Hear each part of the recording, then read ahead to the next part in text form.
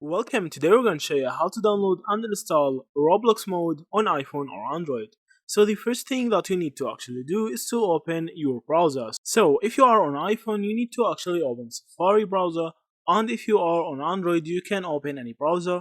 I will open Chrome. From here you can search for apk Roblox mode as see from here.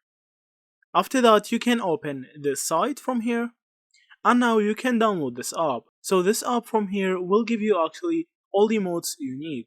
So you can scroll down and download it from here. So click on download APK, or you can click on download from here, and now you can download Roblox mode. So this is actually the first method. The next method is to search for Zio modes as here from here. Here is the website, and from here you can search for Roblox. So you will find this app, its name is Roblox mode. You can actually download it and install it, and after that it will give you a whole menu of new modes that you can use inside Roblox. So you can use this method by your own choice, so you might actually get banned from Roblox. So that's it. Thank you for watching and see you in the next videos.